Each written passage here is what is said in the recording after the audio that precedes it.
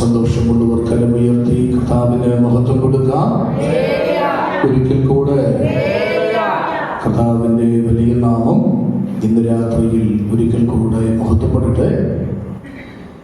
കർത്തൃസന്നിധിയിൽ സന്നിഹിതരായിരിക്കുന്ന എല്ലാ ദൈവമക്കളെയും ഓർത്ത് ദൈവത്തെ വാഴ്ത്തുന്നു, മഹത്വപ്പെടുത്തുന്നു. ഒരിക്കൽ കൂടെ ക്രിസ്തീയ സ്നേഹവന്ദനങ്ങൾ ഇന്ന് രാത്രിയിലും അറിയിക്കുന്നു.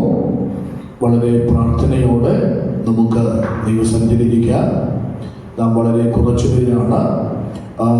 വളരെ ശാന്തമായി നമുക്ക് ദൈവവചനങ്ങൾ ധ്യാനിക്കുവാനായി ശ്രമിക്കാം. പരിശുദ്ധാത്മാവ് അതിനായി കൃപാനുഗ്രഹങ്ങൾ നമ്മുടെ മേൽ പകരുമാറാകട്ടെ എന്ന് പ്രാർത്ഥിക്കുന്നു. നമ്മൾ കഴിഞ്ഞ ദിവസത്തിൽ ചിന്തിച്ച ഒരു ദൈവവചനം വീണ്ടും നമ്മൾ ഒരുമിച്ച് തുടർന്നുള്ള ഭാഗങ്ങൾ ധ്യാനവിധേയമാക്കുവാൻ താല്പര്യപ്പെടുന്നു. യോഹന്നാന്റെ 1-ാം ലേഖനത്തിലേക്ക് നാം വീണ്ടും കടന്നു വരുന്നു. യോഹന്നാന്റെ 1-ാം ലേഖനം 1-ാം അധ്യായം 9-ാമത്തെ വാക്യം ഒരിക്കൽ കൂടെ ശബ്ദം ഉയർത്തി വായിക്കാം. യോഹന്നാന്റെ 1-ാം ലേഖനം 1-ാം അധ്യായം 9-ാമത്തെ വാക്യം. നമ്മുടെ പാപങ്ങളെ നാം അറിക്കയിട്ടാൽ പാപങ്ങളെ നമുക്ക് മന്നിട്ട് എല്ലാ അന്യായത്തെയും നീക്കി ശുദ്ധീകരിപ്പതற்கு അവർ ഉണ്മയും നീതിയും ഉള്ളവർ ആയിരിക്കണം. ഹല്ലേലൂയ. വളരെ നല്ല ഒരു ദൈവവചനമാണ് നമ്മൾ ചിന്തിച്ചത്. അപ്പോൾ ഇവിടെ നമ്മുടെ ശുദ്ധീകരണത്തിനായി ദൈവം ആഗ്രഹിക്കുന്നു. അതിനായി ദൈവം വച്ചിരിക്കുന്നത് യേശുവിൻ്റെ രക്തമാണ്. അത് ഏറ്റുപറയുന്നു എങ്കിൽ നമുക്ക് ആ ശുദ്ധീകരണം പ്രാപിക്കുവാൻ കഴിയും എന്നതാണ് ഈ വേദഭാഗങ്ങളിലൂടെ നമ്മൾ ആമുഖമായി കഴിഞ്ഞ ദിനങ്ങളിൽ ചിന്തിച്ചത്. അതിൽ ചിലർ പാപങ്ങളെ മൂടിവെക്കുന്നു, ചിലർ കൺഫസ് ചെയ്യുന്നു, ചിലർ നിസ്സാരവൽക്കരിക്കുന്നു, ചിലർ പാപം ചെയ്യാതെ ജീവിക്കാൻ ശ്രമിക്കുന്നു എന്നിത്യാദി ചില കാര്യങ്ങൾ നമ്മൾ കഴിഞ്ഞ ദിവസങ്ങളിൽ അല്പമായിട്ട് നമ്മൾ ചിന്തിച്ചു. അപ്പോൾ പാപം മൂടി വെക്കുന്നത് കൊണ്ട് ഇവിടെ if we confess our sin, പാപങ്ങളെ നാം ഏറ്റുപറയുന്നു എങ്കിൽ, അഡ്മിറ്റ് ചെയ്യുന്നു എങ്കിൽ അവർ നമ്മുടെ സകല പാപങ്ങളെയും പോക്കി ശുദ്ധീകരിപ്പാൻ വിശ്വസ്തൻ എന്നാണ് ദൈവത്തെക്കുറിച്ച് നമ്മൾ പഠിക്കുന്നത്. അപ്പോൾ നാം നമ്മുടെ പാപങ്ങളെ എന്ത് ചെയ്യാൻ പാടില്ല? മൂടി വയ്ക്കാൻ പാടില്ല. അപ്പോൾ അത് ദൈവം നമ്മിൽ നിന്നും ചെയ്യുന്നില്ല, പ്രതീക്ഷിക്കുന്നില്ല. നമ്മുടെ പാപം മൂടി വെച്ചാൽ എന്താണ് അനന്തരഫലം എന്ന് നമ്മൾ വായിച്ചു. ഒരു വാക്യം, ആ വാക്യം നമ്മൾ വായിച്ച വാക്യമാകാം. ഒരിക്കൽ കൂടെ വായിക്കാം. 1 യോഹന്നാൻ അതിന്റെ 1-ാം അധ്യായം 10-ാമത്തെ വാക്യം കൊണ്ട് വായിച്ച്. 10-ാമത്തെ വാക്യം, അതിൽ ലേഖനത്തിന്റെ 10-ാമത്തെ വാക്യം. എൺപമാന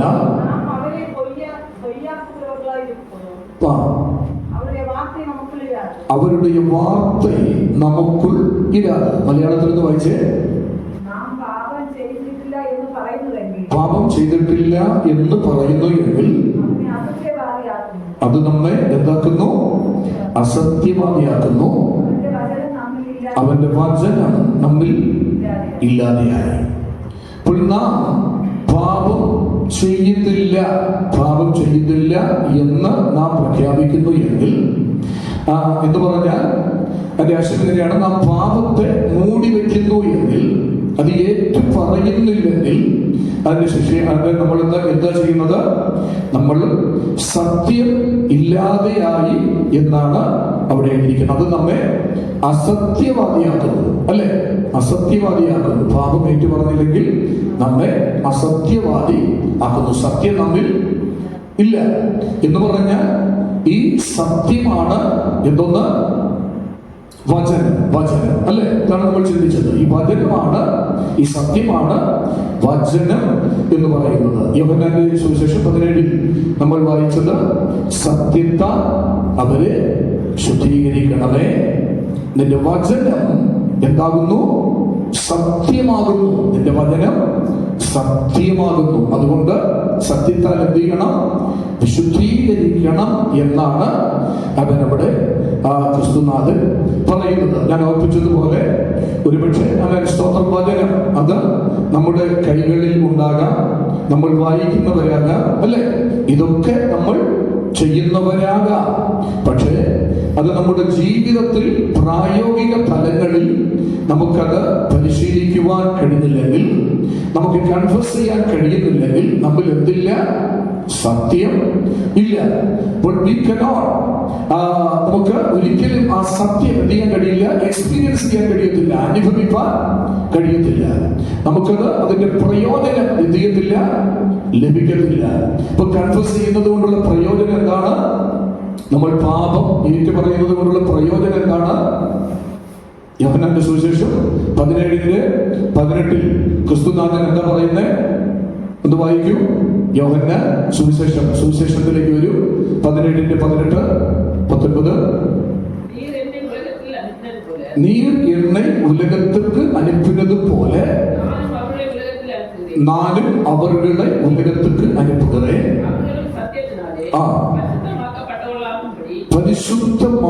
പരിശുദ്ധമാക്കപ്പെട്ടവർക്കാകുംപടി അവർക്കാக എന്നെത്താനെ പരിശുദ്ധമാക്കുകയേ. Praise the lord. അപ്പോൾ യേശു ഇവിടെ പറയുന്നത് എങ്ങനെയാണ്? ഞാൻ നിങ്ങളോട് സംസാരിച്ച വചനത്താൽ നിങ്ങൾ എന്തായി തീർന്നു? ശുദ്ധിയുള്ളവരായി തീർന്നിരിക്കുന്നു. അപ്പോ ഈ വചനം നമ്മിൽ ഇല്ലെങ്കിൽ നമ്മൾ അസത്യവാദികളാണ്. ഈ വചനം നമ്മിൽ ഇല്ലെങ്കിൽ നമുക്ക് ശുദ്ധീകരണം ഇല്ല. അപ്പോൾ നമ്മെ ശുദ്ധീകരിക്കുന്ന ഒരു പ്രധാന ഘടകമാണ് ദൈവവചനം. ഈ നമ്മൾ ഒരു അന്യഭാഷ പറഞ്ഞതുകൊണ്ട് ശുദ്ധീകരണം നടക്കത്തില്ല. ഒരു പാട്ട് പാടിയത് കൊണ്ട് ഒരുപക്ഷെ ശുദ്ധീകരണം നടക്കത്തില്ല. അപ്പം ദൈവവചനമാണ് നമ്മുടെ ശുദ്ധീകരണത്തിന് തമ്പുരാൻ വച്ചിരിക്കുന്ന ഏറ്റവും പ്രധാനപ്പെട്ട വ്യവസ്ഥ എന്ന് പറയുന്നത്. നമ്മൾ എഫെസ്യ ലേഖനത്തില് 5-ാം അധ്യായത്തിൽ നമ്മളൊരു വാക്യം വായിക്കുന്നുണ്ട്. വചനം 5:26 നമ്മൾ പഠിക്കുന്നു, വചനത്തോടു കൂടിയ ജലസ്നാനത്താൽ വെടിപ്പാക്കി അവനെ വിശുദ്ധീകരിക്കേണ്ടതിന്. അപ്പോ ദൈവസഭയെ ശുദ്ധീകരിക്കുന്നത് എന്താണ്? ജലസ്നാനം എങ്ങനെയുള്ളതാണ്? നമ്മൾ സ്നാനപ്പെട്ടത് കൊണ്ട് ശുദ്ധീകരണമില്ല. നമുക്കത് പുറമെ ഒരു കഴുകൽ മാത്രമാകാം, അല്ലെങ്കിൽ പാദശുശ്രൂഷ നടത്തുന്നതും ഒരു അക്ഷരികമായ ഒരു പ്രവൃത്തി മാത്രമാണ്. അതുകൊണ്ട് നമുക്ക് എന്തില്ല? നമുക്ക് ശുദ്ധീകരണം ഇല്ല. അപ്പോൾ ഇവിടെ പറയുന്നത് അവൻ വചനത്തോടു കൂടിയ ജലസ്നാനം, വചനത്തോടു കൂടിയ സ്നാനം. വചനമില്ലാതെ ആ സ്നാനത്തിന് പൂർത്തീകരണമില്ല. അപ്പോൾ വചനത്തോട് കൂടെ ഉള്ള ജലസ്നാനത്തിൽ നമുക്ക് എന്ത് സംഭവിച്ചു? നമ്മെ വെടിപ്പാക്കി വിശുദ്ധീകരിച്ചു, അല്ലെ? വചനത്തോടു കൂടിയ ജലസ്നാനത്ത് നമുക്കൊരു വെടിപ്പുണ്ടായി, ഒരു ശുദ്ധീകരണം ഉണ്ടായി. എന്നിട്ട് കറയും ചുടുക്കവും ഇതെല്ലാം നമ്മിൽ നിന്ന് എന്ത് ചെയ്യുന്നു? അതോടുകൂടെ എടുത്ത് മാറ്റുന്ന ഒരു സാഹചര്യമാണ് നമ്മൾ ഇവിടെ കാണുന്നത്. അപ്പോൾ അതുകൊണ്ട് നമ്മൾ മനസ്സിലാക്കണം, നമ്മെ ശുദ്ധീകരിക്കാൻ ദൈവം എന്താണ് ഉപയോഗിക്കുന്നത്? ദൈവത്തിന്റെ വചനം. അപ്പൊ ഈ അല്ലെങ്കിൽ വചനം എന്ന് പറഞ്ഞാൽ സത്യം, അല്ലെ? കൃപയും സത്യവും നിറഞ്ഞവനായി നമ്മുടെ ഇടയിൽ പാർത്തു. അപ്പോൾ എന്നാണ് യേശുവിനെ കുറിച്ച് നമ്മൾ പഠിക്കുന്നത്. അപ്പൊ സ്വർഗത്തിലേക്ക് പോകുന്നവൻ ആരാണ്? നമ്മൾ 15-ാം സങ്കീർത്തനത്തിൽ വായിക്കുന്നുണ്ട്, യഹോവയുടെ കൂടാരത്തിൽ ആർ കയറും? ആരാണ് അവിടുത്തെ വിശുദ്ധ മന്ദിരത്തിൽ പ്രവേശിക്കാൻ ആർ നിൽക്കും എന്ന് ചോദിക്കുമ്പോ അതിന്റെ മറുപടി സങ്കീർത്തനക്കാരൻ തന്നെ പറയുന്നുണ്ട്, സത്യം സംസാരിക്കുന്നവൻ, അല്ലെ? അപ്പൊ സത്യം ജീവിതത്തിൽ ഉള്ളവന് മാത്രമേ സത്യം എന്ത് ചെയ്യാൻ പറ്റത്തുള്ളൂ? സംസാരിക്കാൻ കഴിയത്തുള്ളൂ. എഫെസ്യ ലേഖനത്തിൽ പൗലോസ് പറയുന്നത്, ഈ സത്യത്തെ നമ്മൾ എന്ത് ചെയ്യണം? അരക്കി കെട്ടണം. എന്തിന്? ശത്രുവിന്റെ തീയമ്പുകളെ എതിർക്കേണ്ടതിന്, പിശാചിനോട് എതിർത്ത് നിൽക്കേണ്ടതിന്. അപ്പൊ ഈ സത്യം നമുക്ക്, സത്യമാണ് നമ്മെ ഇവിടെ കൊണ്ടുപോകുന്നത്, സ്വർഗത്തിൽ നിൽക്കുവാൻ നമ്മെ പ്രാപ്തരാക്കുന്നത്. വീണ്ടും പറഞ്ഞാൽ പിശാചിനോട് എതിർത്ത് നിൽക്കുവാൻ നമുക്ക് ഉതകുന്ന ഒരു പ്രധാന ഉപാധിയാണ് ഈ സത്യം അല്ലെങ്കിൽ വചനം എന്ന് പറയുന്നത്. മനസ്സിലായവർ മാത്രം കർത്താവിന് ഒരു മഹത്വം കൊടുത്താട്ട്. അതുകൊണ്ട് ഈ സത്യം നിമിത്തം ഒരുപക്ഷെ ലോകം നമ്മെ എന്ത് ചെയ്യാം? പരിഹസിക്കാം. ലോകം നമ്മെ പഠിക്കാം. ലോകം നമ്മെ ക്രൂശിക്കാം. ലോകം നമ്മെ ആണിയടിക്കാം. നമ്മെ കല്ലറയ്ക്കകത്ത് ഈ സത്യത്തെ വയ്ക്കാം. പക്ഷെങ്കിൽ ഒരു കാര്യം യാഥാർത്ഥ്യമാണ്, ഒരു 3-ാം ദിവസമുണ്ടെങ്കിൽ ഈ സത്യം ഉയർത്തെഴുന്നേൽക്കുവാനായിട്ടിടയായി തീരും. അങ്ങനെയെങ്കിൽ നിന്റെ സജനത്താൽ അവൻ എന്നെ ശുദ്ധീകരിക്കണമേ എന്ന് ഇന്ന് രാത്രിയിൽ നമുക്ക് പറയുവാൻ കഴിയണം. അപ്പോൾ പാപം ഏറ്റുപറയുന്നില്ല എങ്കിൽ അത് നമ്മെ എന്താക്കുന്നു? നമ്മെ അസത്യവാദി ആക്കുന്നു എന്നാണ് വിശുദ്ധ തിരുവെഴുത്തിൽ നമ്മൾ വായിക്കുന്നത്. കൊണ്ട് വചനം നമ്മൾ വെറുതെ ബൈബിൾ അവൻ കയ്യിൽ വെച്ചതുകൊണ്ട്, വെറുതെ വായിച്ചതുകൊണ്ട് അത് പ്രയോജനമില്ല. നമ്മൾ തിരുവെഴുത്തിൽ വായിക്കുന്നത്, ഒരു മനുഷ്യൻ വിതപ്പാൻ പുറപ്പെട്ടു, ചിലത് വഴിയരികിൽ വീഴുന്നു, അത് പറവകൾ എന്ത് ചെയ്യുന്നു? കൊത്തി തിന്നുന്നു. ഇപ്പോൾ നമ്മൾ വായിക്കുന്നുണ്ടാകാം, ഇല്ലെന്ന് പറയുന്നില്ല. പക്ഷേ ഇത് പിശാച് കുത്തി പറിച്ചു കൊണ്ടുപോയാൽ, അല്ലെങ്കിൽ നമ്മുടെ ധനാഗമ മാർഗങ്ങൾ, അല്ലെങ്കിൽ നമ്മുടെ ഉപജീവന ചിന്തകൾ ഇതിനെ ഇരിക്കുക, ഇതിനെ വളരുവാൻ അവസരം കൊടുത്തില്ലെങ്കിൽ, ഈ വചനം വായിച്ചതുകൊണ്ട്, ഈ വചനം നോക്കിയതുകൊണ്ട്, ഈ വചനം കേട്ടതുകൊണ്ട് നമുക്ക് പ്രയോജനമായി ഭവിക്കുന്നില്ല, അത് ശുദ്ധീകരണമായി മാറുന്നില്ല. അങ്ങനെയെങ്കിൽ പാപത്തെ മൂടിവെക്കരുത്. പാപത്തെ മൂടിവെച്ചാൽ അവനിൽ എന്തില്ല? വചനമില്ല എന്ന് പറഞ്ഞാൽ സത്യം അവനിൽ ഇല്ല എന്നാണ് ഇവിടെ യോഹന്നാൻ അപ്പോസ്തലൻ വ്യക്തമായ നിലയിൽ അവനെ പരിശുദ്ധാത്മാവിനാൽ വ്യക്തമാക്കുന്നത്. അതിന്റെ 6-7 വാക്യങ്ങൾ കൂടെ വായിച്ച്, യോഹന്നാന്റെ ലേഖനത്തിന്റെ 6-7 വാക്യങ്ങൾ. 6-ാമത്തെ വാക്യം വായിച്ച്, 6-7 വായിച്ച്. അവനോട് കൂട്ടായ്മ ഉണ്ട് എന്ന് പറയുകയും ഇരുട്ടിൽ നടക്കുകയും ചെയ്താൽ നാം ഭോഷ്ക് പറയുന്നു, സത്യം പ്രവർത്തിക്കുന്നതുമില്ല. വെളിച്ചത്തിലിരിക്കുന്നത് പോലെ നാം വെളിച്ചത്തിൽ എന്ത് ചെയ്യണം? നടക്കുവാൻ കഴിയുമെങ്കിൽ നമുക്ക് തമ്മിൽ കൂട്ടായ്മ ഉണ്ട്. അപ്പോ 2, നമ്മുടെ പാപം നമ്മൾ മൂടി വെച്ചാൽ സംഭവിക്കുന്ന മറ്റൊരു കാര്യം ഇവിടെ നമ്മൾ വായിക്കുന്നത്, അവനോട് കൂട്ടായ്മ ഉണ്ട് എന്ന് പറയുകയും ഇരുട്ടിൽ നടക്കുകയും ചെയ്താൽ എന്തില്ല? കൂട്ടായ്മ ഇല്ല. അപ്പോ അവൻ എന്ത് പറയുന്നു? അവൻ ഫോഴ്സ് പറയുന്നു, സത്യം അവന് പ്രവർത്തിക്കുന്നില്ല. സത്യത്തിന് പ്രവർത്തിക്കുവാൻ കഴിയുന്നില്ല, വചനത്തിന് ക്രിയ ചെയ്യുവാൻ കഴിയുന്നില്ല. മറിച്ച് അവൻ വെളിച്ചത്തിൽ ഇരിക്കുന്നത് പോലെ. ആര്? കർത്താവ്. വചനം ജഡം ധരിച്ചവൻ. അവൻ വെളിച്ചത്തിൽ ഇരിക്കുന്നത് പോലെ നാം വെളിച്ചത്തിൽ നടക്കുന്നു എങ്കിൽ നമുക്ക് എന്തുണ്ട്? കൂട്ടായ്മ ഉണ്ട്. അപ്പോൾ കൺഫസ് ചെയ്തില്ലെങ്കിൽ നമുക്ക് എന്ത് സംഭവിക്കുന്നു? ക്രിസ്തുവുമായുള്ള ആ കൂട്ടായ്മ ബന്ധം എന്ത് ചെയ്യുന്നു? നഷ്ടപ്പെടുന്നു. അപ്പോ നമ്മൾ പറയും, ഞാന് എല്ലാ കൂട്ടായ്മയിലും, എല്ലാ പ്രാർത്ഥനയിലും, എല്ലാ ഉപവാസ പ്രാർത്ഥനകളിലും, എല്ലാ ക്ലാസ്സുകളിലും ഞാൻ പങ്കെടുക്കുന്നുണ്ട്, ഞാൻ കൈയടിച്ച് പാടുന്നുണ്ട്, ഞാൻ വചനം കേൾക്കുന്നുണ്ട്, ഞാൻ അന്യഭാഷയിൽ സംസാരിക്കുന്നുണ്ട് എന്നൊക്കെ നമ്മൾ പറയാം. പക്ഷേ നമ്മൾ ഇരുളിലാണെങ്കിൽ, നമ്മുടെ പ്രവൃത്തി ഇരുളിലാണെങ്കിൽ, വചനം പറയുന്നത് നമുക്ക് തമ്മിൽ എന്തില്ല? കൂട്ടായ്മ ഇല്ല. നമ്മൾ ഫോഷ്ക് പറയുന്നു, നമ്മൾ വ്യാജം സംസാരിക്കുന്നു എന്നാണ് നമുക്ക് മനസ്സിലാക്കാൻ കഴിയുന്നത്. ഇതെല്ലാം നമ്മൾ ചെയ്താലും ഇതൊരു പാരമ്പര്യമായി നമുക്ക് ചെയ്യാം. അല്ല എന്നുണ്ടെങ്കിൽ അത് ചെയ്യുന്നത് കൊണ്ട് നമുക്കൊരു പ്രയോജനം ലഭിക്കാതെ വരുന്നു. ആ കൂട്ടായ്മയിലുള്ള സന്തോഷം നമുക്ക് ആസ്വദിക്കാൻ കഴിയാതെ വരികയാണ്. അപ്പോൾ നമ്മൾ കൂട്ടായ്മയിലേക്ക് കൊണ്ടുവന്നത് ആരാണ്? കൂട്ടായ്മയിലേക്ക് കൊണ്ടുവന്നത് ആരാണ്? യേശുവാണോ? പരിശുദ്ധാത്മാവാണോ? ദൈവമാണോ? ഈ കൂട്ടായ്മയിലേക്ക് നമ്മെ കൊണ്ടുവന്നത് പരിശുദ്ധാത്മാവ് അല്ല, ദൈവമാണ്. അല്ലേ? 1 കൊരിന്ത്യർ ലേഖനം 1-ാം അധ്യായം 9-ാമത്തെ വാക്യം. 1 കൊരിന്ത്യർ 1:9. വേഗത്തിൽ വായിക്കൂ, വേഗത്തിൽ മുൻപോട്ട് പോകാം, വേഗത്തിൽ വായിച്ചാട്ടെ.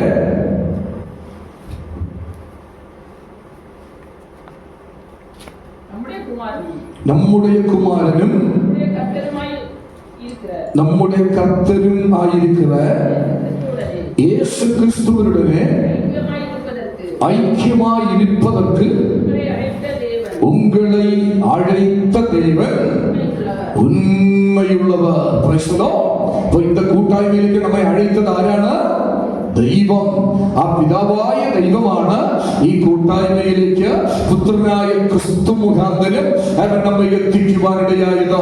പരിശുദ്ധാത്മാവിന്റെ സഹായത്താലാണ് ഈ കൂട്ടായ്മയിൽ നമ്മൾ നിലനിൽക്കുന്നത്. അങ്ങനെയെങ്കിൽ ഈ കൂട്ടായ്മയിലേക്ക് വിളിച്ച ദൈവം ആരാണ്? അവൻ വിശ്വസ്തനായ ദൈവമാണ്. ആ ദൈവത്തെ കുറിച്ച് പറയുന്നവൻ വിശ്വസ്തനായ ദൈവം. അവനിൽ അവിശ്വസ്തതയേ ഇല്ല. അവൻ അവിശ്വസ്തനായിരിക്കാൻ കഴിയത്തില്ല. അവന് പാപം ചെയ്യാൻ കഴിയത്തില്ല. ആ ദൈവത്തിന് പോസ്റ്റ് പറയാൻ കഴിയത്തില്ല. ആ ദൈവം എത്ര വലിയ ദൈവമാണ്!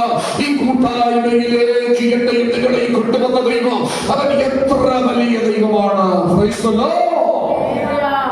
വളരെ ശക്തമാണ് പദങ്ങൾ.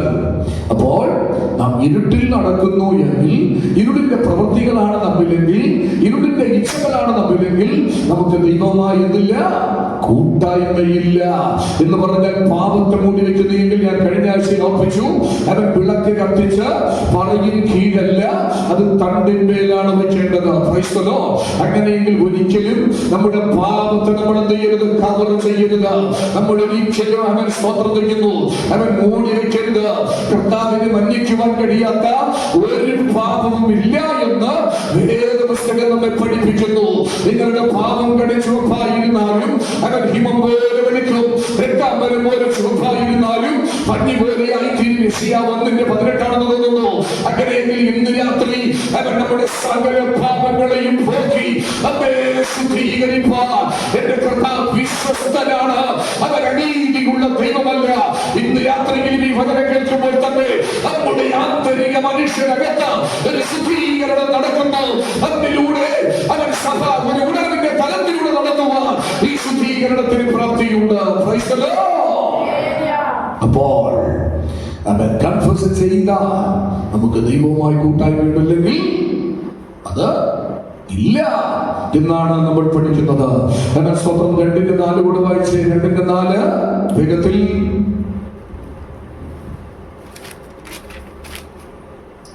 യോവാൻ 2:4.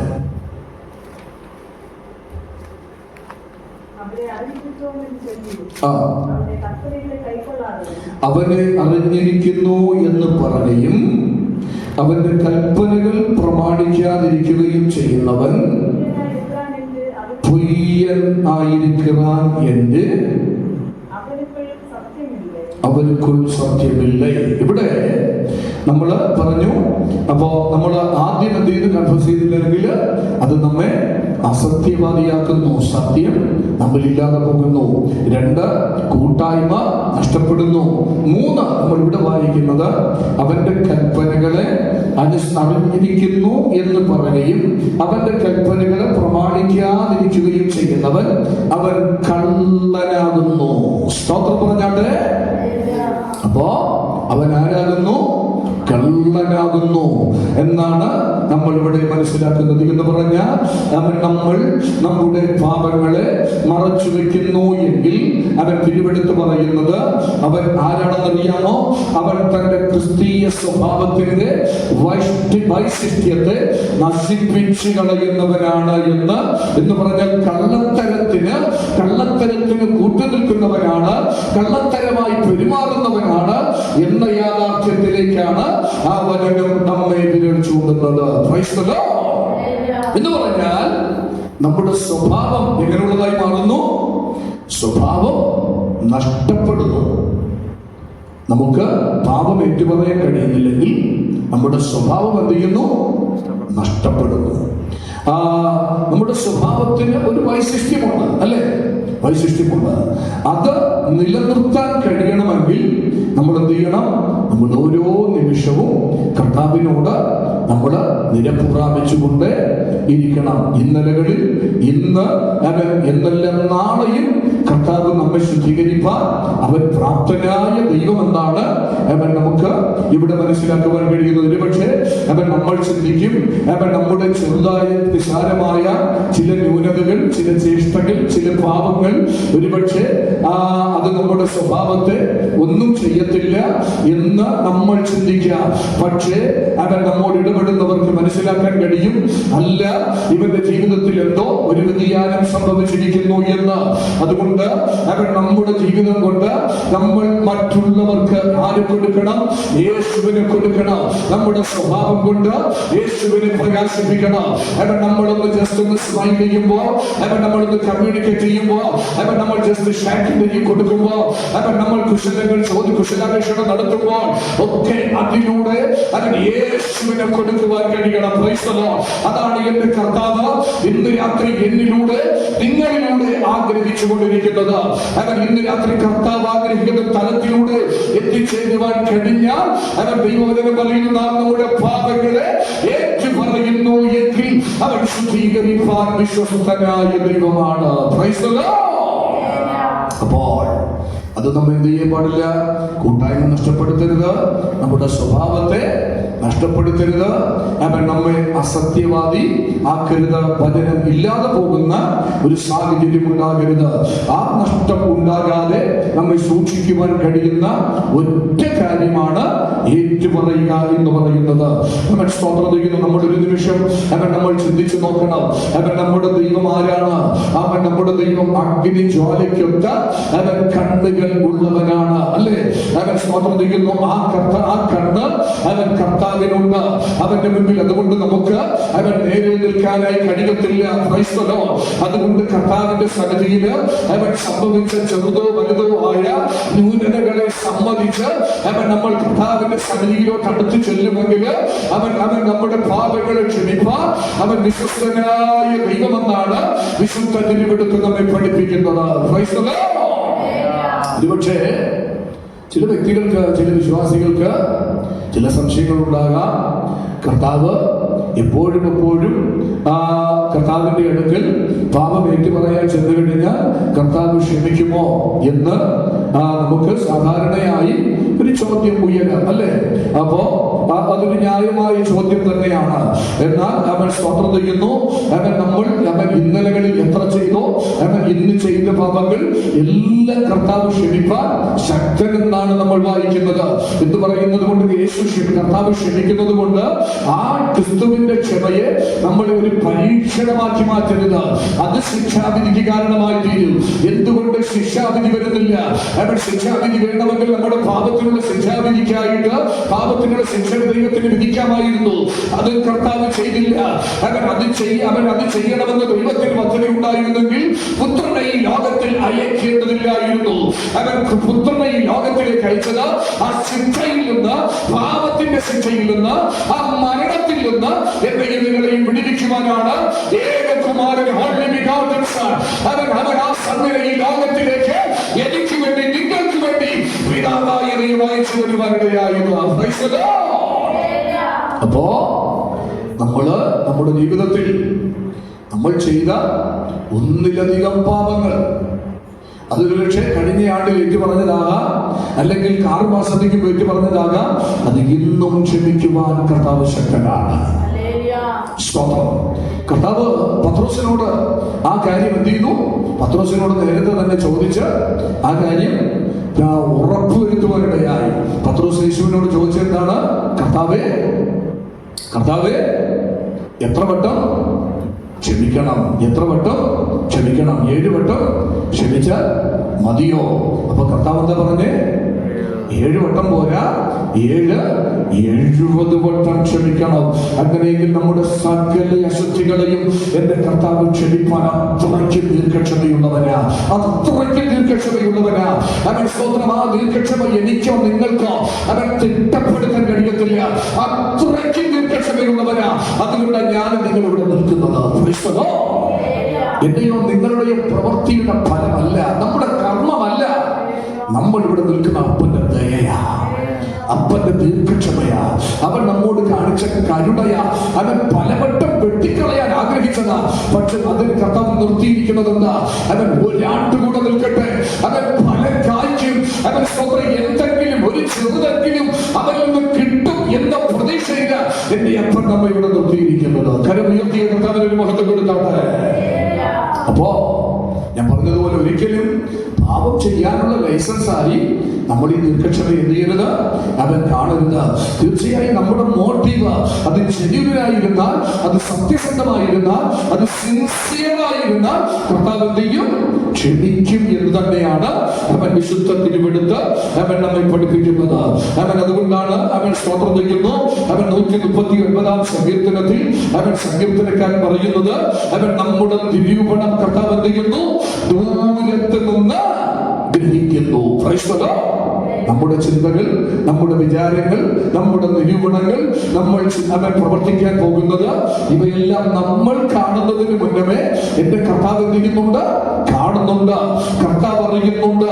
അവൻ സ്തോത്രം ചെയ്യുന്നു. നാം നമ്മുടെ ഹൃദയത്തെ അറിയുന്നതിനേക്കാൾ കർത്താവ് നമ്മുടെ ഹൃദയത്തെ എന്ത് ചെയ്യുന്നുണ്ട്? അറിയുന്നുണ്ട്. നമ്മുടെ ഹൃദയം എന്ന് പറയുന്നത് ആ ദൈവവചനത്തിൽ വായിക്കുന്നു, ഹൃദയം എല്ലാറ്റിനേക്കാളും കപടമുള്ളത്, അത് ആരാഞ്ഞറിയുന്നവൻ ആ എന്നാണ് ആ തിരുവെടുത്തിൽ നമ്മൾ വായിക്കുന്നത്. അങ്ങനെയെങ്കിൽ ആരാഞ്ഞറിയുന്നവനാ അവൻ കർത്താവ്. നമ്മുടെ ഹൃദയത്തെ അറിയുന്നത് പോലെ നമ്മൾ അറിയുന്നില്ല. അവൻ സ്തോത്രം ചെയ്യുന്ന ഇന്ന് രാത്രി അവൻ വളരെ സത്യസന്ധമായി അപ്പന്റെ സന്നിധിയിൽ നമ്മെ ഏൽപ്പിക്കുവാൻ കഴിയുമെങ്കിൽ ഏത് പാപവും അവൻ കൺഫ്യൂസ് ചെയ്യുന്ന, അഡ്മിറ്റ് ചെയ്യുന്ന ഏത് പാപങ്ങളും പോക്കി എത്ര കഠിന ഭാവിയെയും അവൻ ശിക്ഷയിൽ നിന്ന് വിടുവിക്കുക യേശു സർവശക്തനായിരിക്കുകയാണ്. അതുകൊണ്ട് ഇന്ന് രാത്രിയില് ആ കർത്താവിന്റെ അടുക്കലേക്ക് സ്നേഹത്തോടെ, അവൻ പശ്ചാത്താപത്തോടെ, അനുതാപ ഹൃദയത്തോടെ, അവൻ നുറുക്കപ്പെട്ട തലങ്ങളിലൂടെ അവൻ അപ്പന്റെ പാദപീഠത്തിലേക്ക് ഓടി അടുപ്പാൻ കഴിഞ്ഞാൽ അവൻ നമ്മളെ പെർഫെക്റ്റ് ആക്കുവാൻ എന്റെ കർത്താവിന്റെ മനസ്സുണ്ട്. നിങ്ങൾ ശ്രദ്ധിക്കുക, ഏറ്റുപറയുക. നമ്മൾ ആ വാക്യം ഒന്നുകൂടെ വായിക്കുക. 1 യോഹന്നാൻ 1:9 ഒരിക്കൽ കൂടെ വായിക്കൂ. 1:9 നമ്മുടെ പാപങ്ങളെ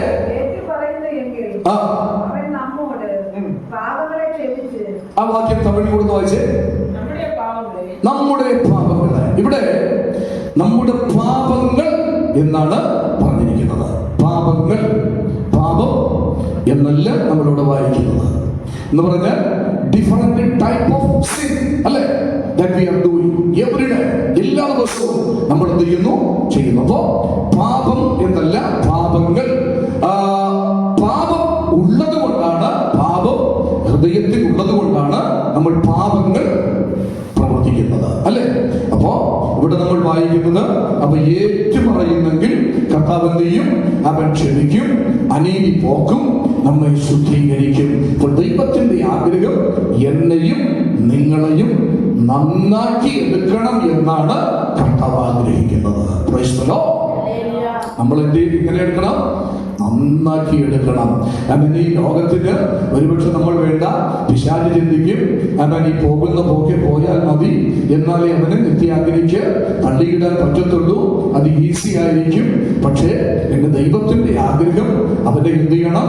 നന്നാക്കി എടുക്കണം, അവനെ പണിയണം, അവനെ ശുദ്ധീകരിക്കണം, അവന്റെ പാപങ്ങളെല്ലാം പോക്കണം, അവൻ ദൈവരാജ്യത്തിന്റെ ഓഹരിക്കാരനാക്കി അവൻ മാറ്റണം. അതാണ് എന്റെ കർത്താവ് അവൻ നമ്മെ കുറിച്ച് ആഗ്രഹിക്കുന്നത്. അവൻ അതുകൊണ്ട് അവൻ സ്തോത്രം 2:1 നമ്മൾ വായിക്കുന്നത്, എന്റെ കുഞ്ഞുങ്ങളെ നിങ്ങൾ പാപം ചെയ്യാതിരുന്നാൽ, പാപം ചെയ്യാതിരിക്കാൻ ഞാൻ ഇത് നിങ്ങൾ നിങ്ങൾക്ക് എഴുതുന്നു, ഒരുത്തൻ പാപം ചെയ്തു എങ്കിലോ നീതിമാനായ യേശു ക്രിസ്തു എന്ന കാര്യസ്ഥൻ പിതാവിന്റെ അടുക്കൽ നമുക്ക് ഉണ്ട് എന്ന് നമ്മൾ മറന്നു പോകരുത്. കരം ഉയർത്തി കർത്താവിന് മഹത്വം കൊടുത്താട്ടെ. അപ്പോ ദൈവത്തിന്റെ ആഗ്രഹം നമ്മെ പണിയണം എന്നാണ് ഇവിടെയും നമ്മൾ വായിക്കുന്നത്. സ്തോത്രം, പാപം ചെയ്തു എങ്കിലോ, പാപം ചെയ്തു എങ്കിലോ എന്ന് പറഞ്ഞാൽ എല്ലാവരും പാപം ചെയ്യുമെന്നല്ല, ചെയ്യാനുള്ള there is a possibility to do sin എന്നാണ് നമ്മൾ ഇവിടെ മനസ്സിലാക്കുന്നത്. പാപം ചെയ്യാനുള്ള സാധ്യതയുണ്ട്. എല്ലാവരും എന്നല്ല, ചിലരാകാം, ചിലർ ചെയ്യാം. അത് വലിയ പാപമെന്നില്ല, അത് ചെറിയ പാപമെന്നില്ല, പാപം ഒന്ന് തന്നെയാണ്. അവൻ പാപത്തിന്റെ ശിക്ഷയും ഒന്നാണ്. അത് വലുതായാലും ചെറുതായാലും പാപത്തിന്റെ ശമ്പളം അത് മരണം തന്നെയാണ്. അവൻ സ്തോത്രം. അങ്ങനെയെങ്കിൽ അവൻ നമ്മളിവിടെ വായിക്കുന്നു, അവൻ ഒരുത്തൻ പാപം ചെയ്തു എങ്കിലോ നീതിമാനായ യേശു എന്ന കാര്യസ്ഥൻ നമുക്കായിട്ട് പിതാവിന്റെ അടുക്കലുണ്ട്. Price the Lord. അങ്ങനെയെങ്കിൽ പ്രിയമുള്ളവരെ, ഇന്ന് രാത്രിയിൽ ആ കർത്താവിന്റെ അടുക്കൽ അവന്റെ പശ്ചാത്തലത്തോടെ നമുക്ക് പോകാൻ കഴിഞ്ഞാൽ ആ കർത്താവ് നമ്മെ എന്ത് ചെയ്യും? അവൻ ശുദ്ധീകരിപ്പാൻ അവൻ നല്ല ദൈവമാണ്. അവൻ സ്തോത്രം ചെയ്യുന്ന ആരെങ്കിലും പാപം ചെയ്യാൻ അവൻ സാധ്യതയുണ്ടെന്ന് ഇത് പറയുമ്പോൾ നമ്മൾ ആരുടെ ലൈഫിലായാലും ഏത് പാപമായാലും കർത്താവ് ഇന്ന് രാത്രിയിൽ അത് ക്ഷമിക്കുവാൻ ശക്തനാണ്. Praise the lord. എല്ലാവരും പാപം ചെയ്യുമെന്നല്ല, ചിലരൊക്കെ ചെയ്യും, അല്ലേ? ചെയ്യാൻ ഉള്ള സാധ്യത കൊണ്ട് നമുക്കറിയാം. നമ്മൾ ആദിമസഭയില്, ഞാൻ പറഞ്ഞ് അവസാനിപ്പിക്കുന്നു, ആദിമസഭയില് സ്തോത്രം ചെയ്യുന്നു, അന്നത്തെ ദൈവമക്കൾ സകലതും പൊതുവക എന്ന് എണ്ണിയത് കൊണ്ട് അവർക്കുള്ളതെല്ലാം അവർ വിറ്റെന്ത് ചെയ്തു? അപ്പോസ്തലന്മാരുടെ കാൽക്കൽ കൊണ്ടുവച്ചു. ഒരു നല്ല പ്രവൃത്തിയായി ആദിമസഭ അത് വിലയിരുത്തി.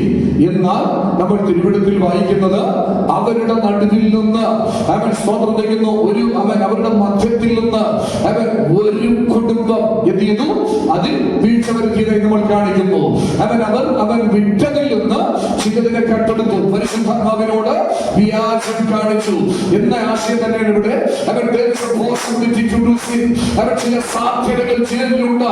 പക്ഷെങ്കിലും നീതിമാനായ കാര്യസ്ഥൻ നമുക്ക് വേണ്ടി പിതാവിന്റെ വലതുഭാഗത്തുള്ളതുകൊണ്ട് അവൻ നമ്മുടെ സകല പാപങ്ങളെയും ക്ഷമിച്ച് സകല അനീതിയും പോക്കി ശുദ്ധീകരിപ്പാൻ അവൻ വിശ്വസ്തനാകുന്നു, അവൻ നീതിമാനാകുന്നു. അതുകൊണ്ട് ഇന്ന് രാത്രിയിൽ ആ നീതിമാനായ യേശുവിന്റെ സമീപയാണ് അവൻ ഞാൻ നിങ്ങൾ കടന്നു വന്നിരിക്കുന്നത്.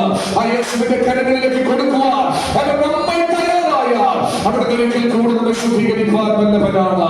എങ്കിൽ വചനത്തിന് നമ്മൾ സമർപ്പിക്കാമോ? പലപ്പോഴും വചനം കേൾക്കുന്നു, സത്യമില്ലാതാകുന്നു, അവൻ പറയുന്നു, അവൻ കൂട്ടായ്മ നഷ്ടപ്പെടുന്നു, അവൻ സ്വഭാവദൂഷ്യം സംഭവിക്കുന്നു. ഇന്ന് രാത്രി അവൻ ദൈവവചനത്തിന്റെ മുൻപിൽ ഒരു നിമിഷം നമ്മുടെ ജീവിതങ്ങളെ കൊടുക്കുക. എല്ലാ കണ്ണുകളും അടയട്ടെ.